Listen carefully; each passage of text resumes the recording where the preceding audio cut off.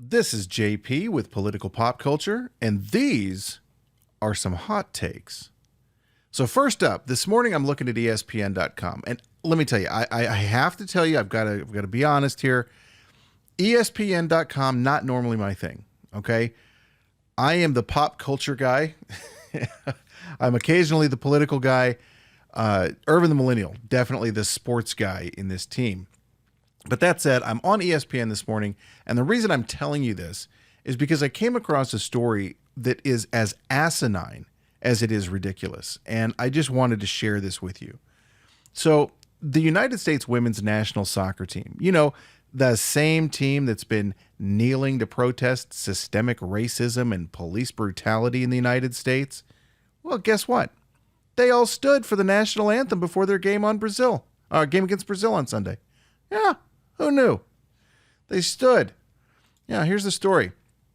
Written by Jeff Carlisle, U.S. soccer correspondent, ESPN.com. On a day when the United States women's national team stood and didn't kneel for the playing of the national anthem, U.S. defender Crystal Dunn said the players are, quote, past the protesting phase and actually moving into putting all of the talk into actual work. Okay, so I've got a couple of comments here. First of all, keep the politics off the field. Literally zero people watch football or soccer. Literally zero people watch because they want to hear about your politics. There is a zero demographic. No men, no women, no children, nobody watches sports to hear about the politics of the people participating in the sports. Now, there may be people who are interested in your opinion. There may be people that would love to hear your opinion, but where they don't want to hear it is on the field. If you have something to say, by all means, get on CNN, get on MSNBC, get on Fox News, get on PBS, get on whatever channel supports the line of thinking that you have. Get on with any talking head or pundit. You know, hey, if you're a celebrity or quasi-celebrity, they will be happy to have you. Hell, I'll invite you onto the Political Pop Culture Podcast. It's not much of a platform, but hey, we will give you a place to air anything that you want to talk about. We'll talk about. But don't do it on the field. Don't do it on the field. It's not where it belongs. Ahead of Sunday's 2-0 win over Brazil in its second match of the She Believes Cup in Orlando, the entire U.S. team stood while the national anthem played. As it had in other matches, the team walked onto the pitch wearing a warm-up jacket with the words Black Lives Matter emblazoned on the front. Okay? I want to stress this is the United States national team. It's not the national team of New York. It's not the national team of the People's Republic of California. It is not the elitists or the leftists national team. It is the United States national team. When you go out onto that field, you represent the United States and everybody in it. You don't represent one side of the political aisle or the other. You don't represent one ideal or another. You represent the United States. Period. When you go out wearing Black Lives Matter emblazoned across your warm-up, the entire team, you're making a political statement. And that political statement is you don't care about the people who died in the Black Lives Matter riots over this last summer. You don't care about the people whose businesses were burned to the ground or looted. You don't care about the billions of dollars in damage that was done from one side of this country that you are supposed to represent to the other. Now, I understand that Black Lives Movement has a lot of political support. And because of the nature of the name of the organization, Black Lives Matter, it is a political hot button. It is a hot potato. You can't pick it up and talk too much about it, or they'll brand you a racist. Oh, you don't support the Black Lives Matter movement? You're a racist. Well, there are a lot of people that don't support Black Lives Matter that aren't racists. In fact, there are a lot of black people that don't support the Black Lives Matter movement. Nobody is saying black lives don't matter. There's literally nobody saying that. And okay, you can point to, oh, well, what about the white supremacists? They're saying that. Okay, I'll grant you, there are some racists. There are racists on all sides. Every race has racists in it. But the vast majority of the United States, is past the point of this systemic racism. They are past the point of putting race before qualifications. I'm not saying it doesn't happen. I'm not saying that there isn't progress to be made, but I am saying that when you come out wearing Black Lives Matter on your warm-ups, you are not representing all of America. And that is against what you should be doing as the United States national team. It's my thought on the matter. So even though they're choosing to stand, it doesn't mean that the conversations go away or stop, Dunn added. It's all to say that we are now, I think, ready to move past the protesting phase and actually move into putting all the talk into actual work. Well, again, how are you doing that? What's your plan? Let us know, because there's nothing in this article that talks about what they're actually planning to do. How are you going to put the talk into actual work? How does getting off of your knees and standing for the national anthem move forward the conversation? In reality, I think what we're seeing is these women stand not because they're done protesting systemic racism. They're not done protesting police brutality in the United States. The fact of the matter is these women weren't protesting that stuff at all. That was a dodge. They were protesting Orange Man in the White House. Donald Trump was bad. And since Donald Trump was the president of the United States, we're going to kneel because we hate Donald Trump. And that's not even accurate. They don't hate Donald Trump. I mean, they hate Donald Trump. But it's not Donald Trump that they're against. It's you. It's you. If you voted for Donald Trump, they're against you.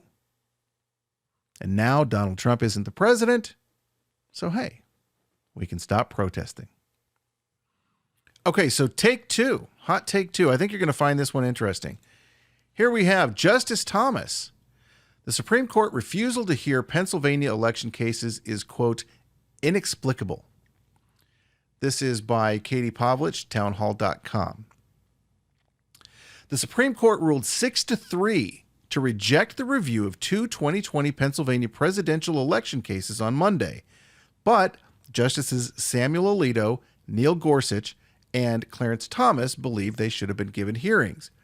Yeah, well, the majority of the country thinks they should have been given hearings. So, in his dissent, Justice Thomas argued that mass mail-in voting, which was conducted in Pennsylvania for the first time ahead of the 2020 presidential election in November, combined with the election rules being rewritten last minute, makes the process prone to fraud and mistrust. Duh. Okay.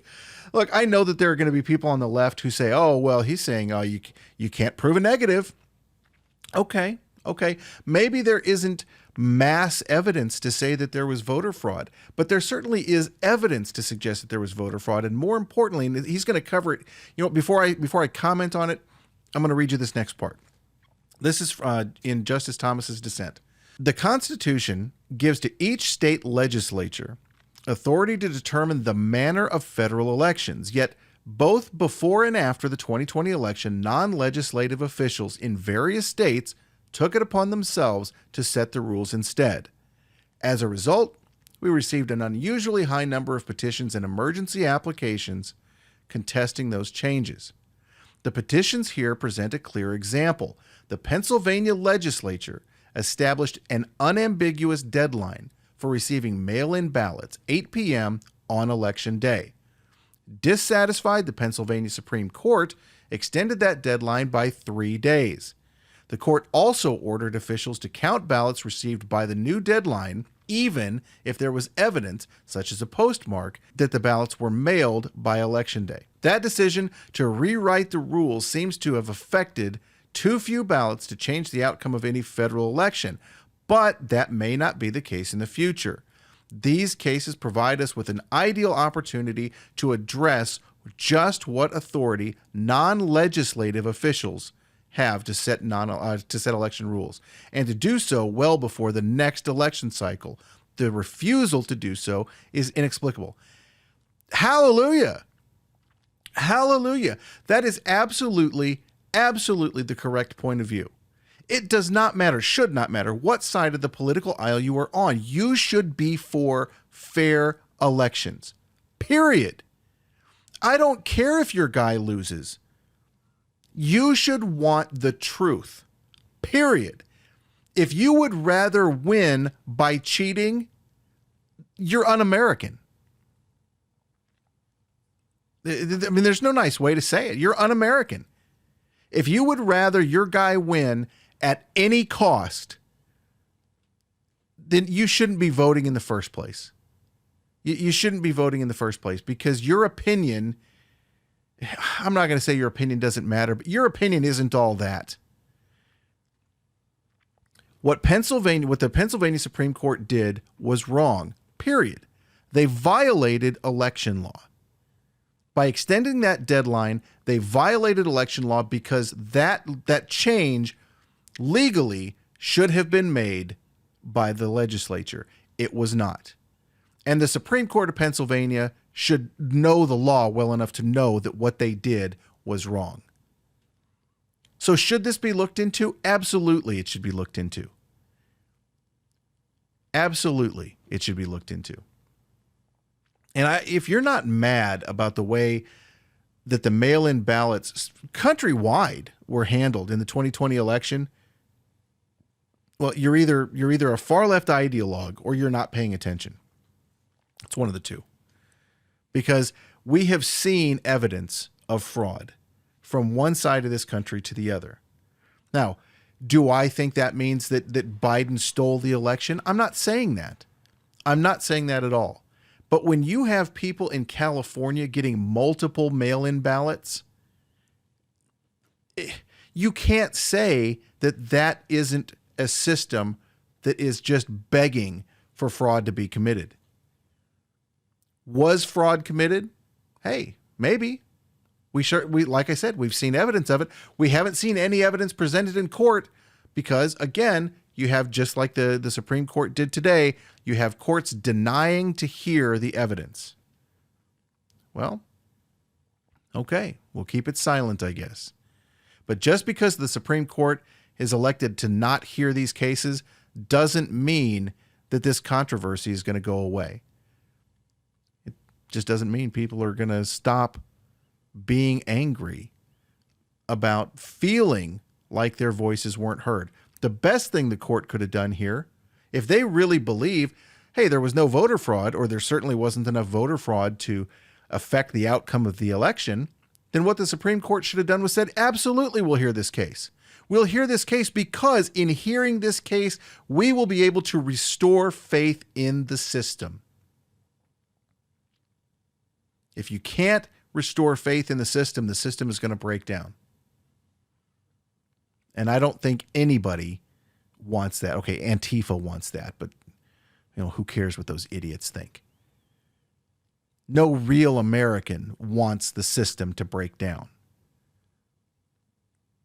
So the Supreme Court, I think they made a mistake here. I think they made a mistake when they said that Texas didn't have standing to bring the case in the first place. I think they're making a mistake now. I think that the Supreme Court should have heard this case. And I absolutely agree with Alito, Gorsuch, and Justice Thomas.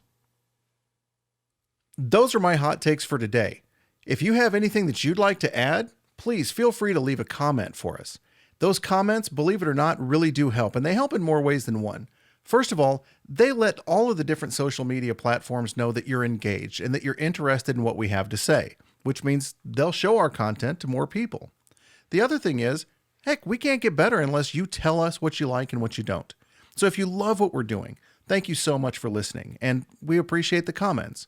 If you don't love what we're doing, that's okay too. Let us know how to improve. Let us know what you like, what you don't like in the comments. You can also join us. Join the cult at Pol Pop Cult on Facebook, Twitter, Instagram, and Rumble. Thank you for listening.